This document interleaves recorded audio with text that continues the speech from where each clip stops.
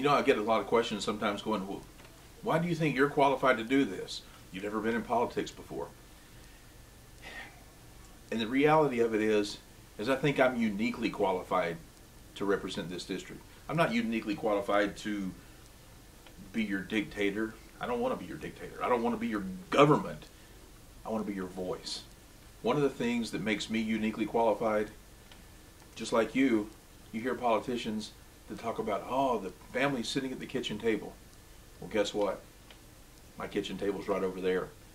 And guess what? My wife and I do sit at that kitchen table, and we do look at our budget. And let me tell you, when gas prices go from $2.75 to $3.50 a gallon, and they're supposed to go to $4 a gallon, we have to make cuts somewhere else because we need to get gas in the car so I can go to work. Guess what? That's what the average Alabama family faces every week. You know what? We're going to have to make some cuts over here. We're going to have to do something over there. We're going to have to adjust because that's the ball that we have to play. Why can't our government do the same thing? I understand what it means to run a business and have a budget for a business. And when you're running a business, you don't spend more than you take in. It's just that simple. When you have a family budget that you're dealing with, you don't spend more than you take in. It's just that simple. You, me, we've all had to do it with our families, but yet our government doesn't seem to get the picture. Alabama is $800 million in the red for this year. Our U.S. government is in the red of $1.6 trillion. That's a lot of money, people. That's a lot of money. And nobody's bailing us out. Nobody's coming to us and saying, hey, look, gas prices have gone up. Let me give you some more money. Our jobs aren't doing that. That's not what real life is. We've got 3 career politicians running in this race that I'm in. We have one person that knows what it means to run a business, to serve your country in the military, and to be just the average average American family. Obviously, I'm not a politician because I'm messing that up, and you're obviously aware now I'm not much of a public speaker either. But the passion that I have for this country is I so much want to have you be able to tell your kids, I'm handing you a better America. The reason I'm uniquely qualified, like I mentioned, I have run a business. I've run large businesses. I've owned my own small business. I'm the average family.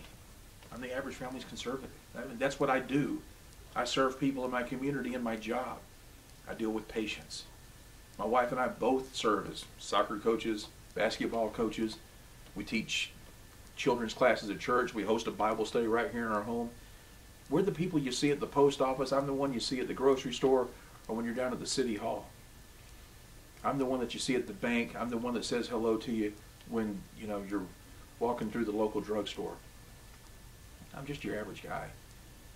But far too long, we have been putting career politicians in there. Some of them get a job. They've had the job for 15 or 16 years in the state legislature. They're going to leave one job 2 years early so they can go get a job with more, what they think is more influence and power. Or you got somebody in there that's been there 20 years after serving 8 years in the legislature here in Alabama, and he goes up to Washington for 20 years. Really?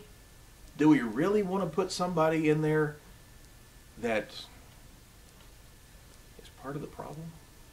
Do we want to send somebody back to Washington or take somebody who is from Montgomery and leaving their job early because, I don't know, maybe because they had their authority taken away from them somewhere else. Now they want to go and I know it's rumored that it's a revenge run. But that's not what this is about. I'm not worried about beating them up. What I'm worried about is you being served once again. Right now, your voice isn't being heard in D.C.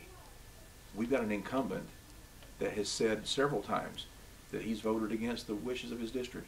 When he voted for the TARP bailouts, he said he voted against 98% of the wishes of 98% of his district.